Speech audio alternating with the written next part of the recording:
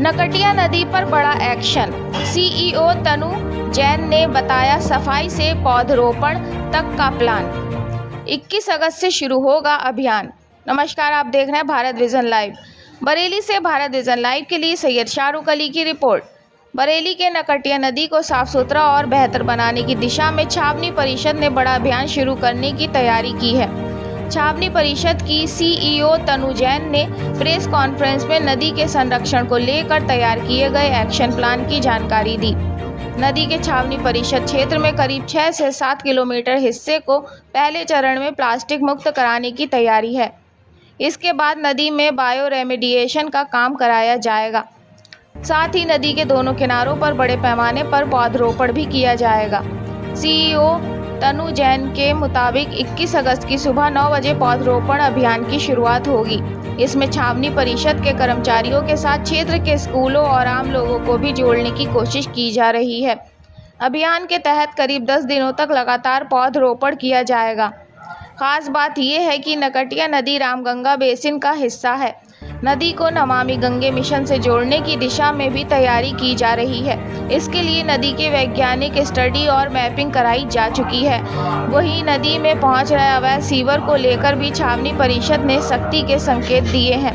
परिषद के क्षेत्र में आने वाले मामलों में संबंधित लोगों को नोटिस जारी किए जाएंगे, जबकि राज्य प्रशासन से जुड़े मामलों को लेकर जिलाधिकारी को पत्र भेजकर कार्रवाई की मांग की जाएगी। सीईओ तनु जैन ने साफ कहा कि जल संरक्षण सिर्फ सरकारी प्रयास से संभव नहीं है, इसके लिए आम लोगों की भागीदारी जरूरी है। उन्होंने लोगों से अपील की कि नकटिया नदी को बचाने और जल संरक्षण के इस अभियान में ज़्यादा से ज़्यादा लोग जुड़ें। अब देखने वाली बात होगी कि अभियान शुरू होने के बाद नकटिया नदी की तस्वीर कितनी बदलती है और प्लास्टिक व अवैध सीवर के खिलाफ कार्रवाई ज़मीन पर कितनी प्रभावी साबित होती है। पुनर्जीवित करने का प्रयास किया जा रहा है, किस तरीके का प्रयास है पूरी बात? पिछले कई महीनों से हम जल संरक्षण के लिए काम करने का प्रयास कर रहे हैं, जिसमें कि नकटिया नदी एक महत्वपूर्ण भूमिका निभाएगी। हमारे पास छावनी परिषद के क्षेत्र में 6 से 7 किलोमीटर है जो नकटिया नदी का क्षेत्र पड़ता है। उसमें सबसे पहला हमारा कदम ये होगा कि उसे प्लास्टिक मुक्त करा जाए, क्योंकि हम देखते हैं कि उस नदी में बहुत ज़्यादा प्लास्टिक पड़ा हुआ है, जगह जगह से आया हुआ है। तो पहले फेज़ में हम वो करेंगे, उसके बाद बायो रेमेडिएशन का प्रोसेस करेंगे और नदी के दोनों तरफ हम पेड़ वृक्षारोपण लगाने का हमारा एक प्रयास है, जो माननीय वन मंत्री जी के माध्यम से 21 तारीख को 9 बजे सुबह प्रारंभ होएगा। इसमें कौन कौन लोग पार्टिसिपेट कर रहे हैं? क्या स्कूली बच्चों को भी शामिल किया जाएगा?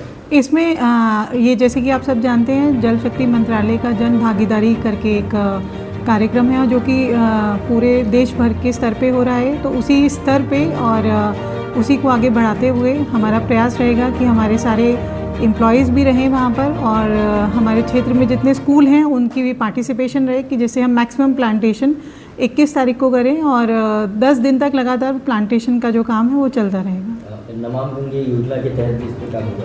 ये एक्चुअली नमामि गंगे में ही पड़ता है, पर अभी तक इसको इंक्लूड नहीं करा गया था। तो अभी इसकी एक साइंटिफिक स्टडी और मैपिंग हमने कराई है और ये जो पूरी नदी है रामगंगा बेसिन के अंतर्गत आती है। तो लेटर ऑन जब हमारी तरफ से हम ये प्रयास कर लेंगे तो इसको नमामि गंगे मिशन के अंदर भी जोड़ा जाएगा। इसमें कई स्लॉटर हाउस नकटिया में, तो वहाँ का जो भी चीज़ें हैं वो यहाँ पे वेस्ट आता है।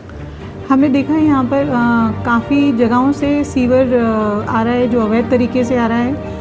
तो जो हमारे क्षेत्र में पड़ता है उनको नोटिस तुरंत दिए जाएंगे और जो स्टेट गवर्नमेंट की या स्टेट प्रशासन में पड़ता है तो हम माननीय डीएम साहब को लिखेंगे कि उस पर सख्त से सख्त कार्रवाई हो, जिससे कि नदी की सुरक्षा और जल संरक्षण हम कर पाएँ। लोगों से क्या अपील करेंगे आप नदी को बचाने के लिए? जल को बचाने के लिए लोगों से हमारी यही अपील है कि जल ही जीवन है और जल संरक्षण एक इनिशिएटिव से नहीं हो सकता।